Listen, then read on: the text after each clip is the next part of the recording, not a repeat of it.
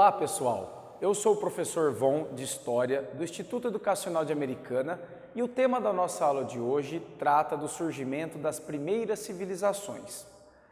Costuma-se atribuir o surgimento das primeiras civilizações entre o ano de 6 a 4.000 a.C., a partir do momento que o ser humano consegue domesticar a agricultura. Mas antes de falar quais foram as primeiras civilizações a surgirem na humanidade, nós falaremos sobre como a história define a periodização das primeiras civilizações. Costumaz, nós dividimos as primeiras civilizações entre Antiguidade Oriental, que são as civilizações que surgiram no Oriente Próximo, região onde hoje fica o Egito e a Mesopotâmia, e também em Antiguidade Clássica, que é as civilizações que surgiram na Europa, mais especificamente a Grécia e Roma. Bom, uma das principais características do surgimento das primeiras civilizações é que todas elas surgiram perto de grandes rios, pela necessidade da água, tanto para a sobrevivência quanto para a prática da agricultura. Por esse motivo, nós denominamos estas civilizações como civilizações do regadio. A palavra regadio nos remete ao regar, no caso, as plantações. E quais eram os primeiros rios, os grandes rios que permeavam essas civilizações? No caso do Egito, no norte da África, nós temos o rio mais longo e extenso do planeta, o famoso Nilo.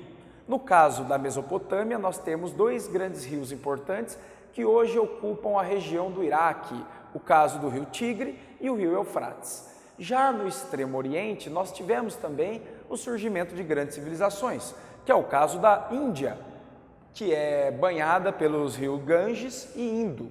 E também na China nós temos o rio Amarelo e Azul. Quando tratamos das primeiras civilizações, elas têm algumas características em comum. E a primeira delas é que todas as primeiras civilizações, principalmente as da Antiguidade Oriental, são estados teocráticos. O que é que significa um estado teocrático? É quando o governante ele é considerado uma encarnação de Deus ou a representação de alguma divindade, como era o caso, por exemplo, do faraó, que era considerado a encarnação do próprio deus Horus. Também todas são civilizações do regadio. Pela necessidade do controle das cheias dos rios para a prática da agricultura, esses estados tiveram que desenvolver grandes obras para o controle do rio, principalmente com a construção de diques, represas e barragens. Também podemos afirmar que todas elas praticavam o trabalho compulsório, que é uma forma de trabalho obrigatório, que nós conhecemos popularmente como escravidão. As terras não pertenciam aos camponeses, e sim ao Estado, que distribuía a terra e o camponês pagava uma parte da produção em troca da permanência da terra, ou seja, o Estado realizava a coleta de impostos. Nós podemos afirmar que o surgimento das primeiras civilizações está totalmente relacionado com o processo de sedentarização do ser humano. A partir do momento em que os homens aprenderam a praticar a agricultura, eles se sedentarizaram, ou seja, se fixaram no mesmo local, pois não havia mais a necessidade de migrar em busca de alimento.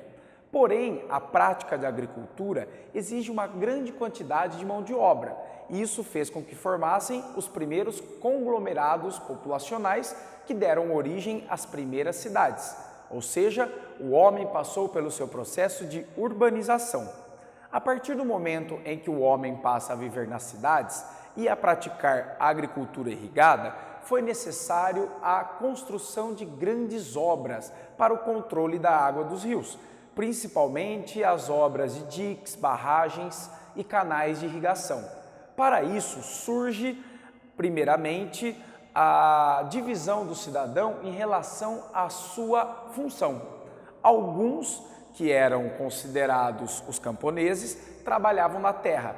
Outros se especializaram, principalmente no controle dos recursos econômicos e também nos processos de engenharia, ou seja, a partir do momento em que o ser humano se sedentariza e passa a viver em cidades, também surge a desigualdade social, na qual uns trabalham e outros não.